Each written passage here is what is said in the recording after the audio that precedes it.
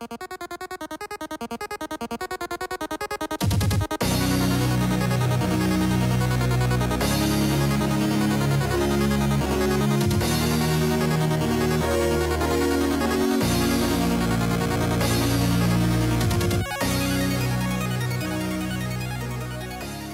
everybody, and welcome back to another Kraken Packs video. I am your host, Mr. Rivers. That's right, we're back again with 3 more packs of Unstable. We're looking for, of course, those sweet foil full art lands. I mean, those are like, that's what everyone's always after in these packs. You generally get about 1 per box. We are a little over, like, I would say 2/3 of the way through this box at this point. So, we haven't hit one yet. Hopefully this box isn't the one box that doesn't have one. Who knows? We'll see, I guess. But the cards are quite hilarious. If you're unfamiliar with the unsets, they are silver bordered, which means they're not legal in essentially any format except for, you know, just for funsies. They're basically only legal unless if your playgroup allows you to use them. There was a short period of time where they made them legal in Commander, and then quickly they changed that rule and made them no longer legal.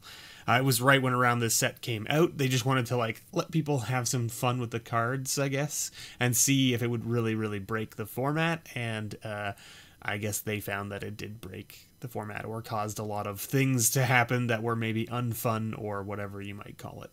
Anyway, we've got Just Desserts here, which is a instant for 1 in a red that says Just Desserts deals pi damage to target creature. Good old pi damage.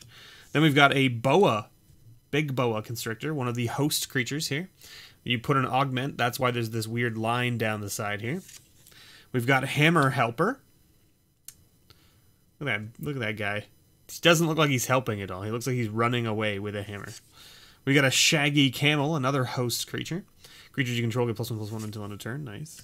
Willing Test Subject. I love the roll dice mechanic in this set, mainly because my dice rolls are always absolutely atrocious. So, like, you know, it was just a fun thing for me to be like, look, I'm gonna do something cool, and I roll a whole bunch of dice, and it all comes up like not helping me at all, and I'm like, well, it's my turn, go ahead. And they're like, you just rolled a lot of dice and nothing happened. Yep, that's right. That's right. Mother Kangaroo, another roll die scenario there. It says, like, roll a 6-sided die, put a number of 1/1 counters on this creature equal to the result. Riveting Rigor. Target Minotaur, one of these ones. This is one has multiple arts. It's going to be fun trying to get these all in the binder set up beside each other with the alternate arts and all that stuff. It's going to take me a little while. Rumors of My Death. So I'm hoping that I can have the binder ready for the last video of this quickie series so that I can show it off to you. But at the same time, I don't know if that's going to happen just because it's going to take some time to get it organized, and I'm going to start on it now so that it's, like, ready, but then the last 3 packs we open may not end up in the binder. I don't know. We'll see. Rumors of My Death is the first uncommon. It's a little enchantment.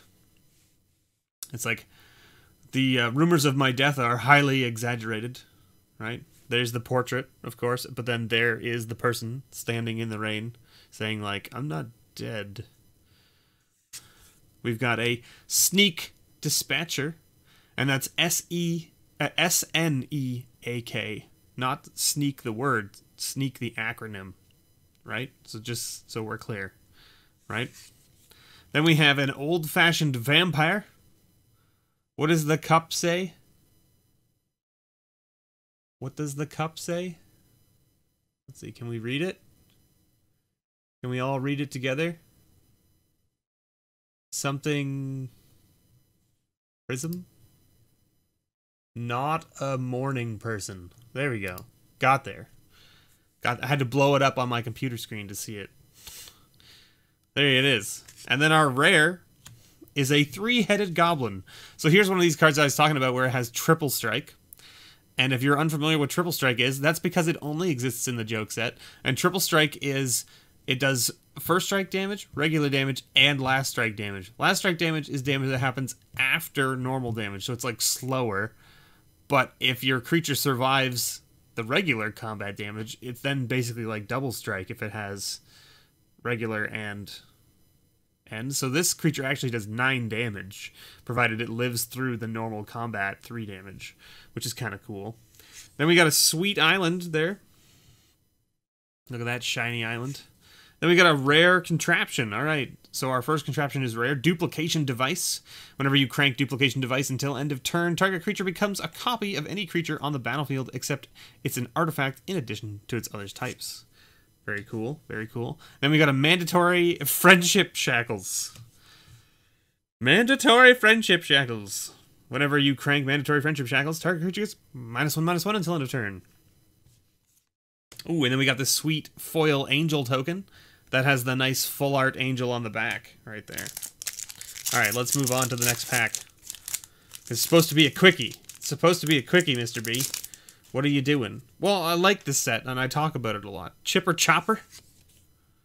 Finders Keepers. Feisty Stegosaurus. You'll notice that we did have a bunch of hosts in the last pack, but no augments. And that was the one thing that I found while drafting this set a lot with my friends, was that the number of augments was always a little bit lower than the number of hosts.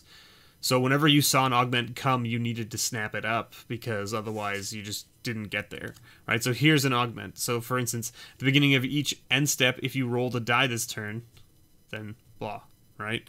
So like this one rolls a 6-sided die, target opponent loses life equal to the result, right? So it's a nice little, and it goes like this, right? That's how it works, right? So you end up with the multi-headed constrictor. Oh, you can't even see it because I'm blocking it, but there it is. See? Kind of cool.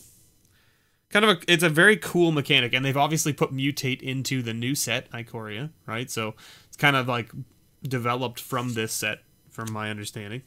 We've got a timeout, and then a despondent killbot. Click, click, beep, whir.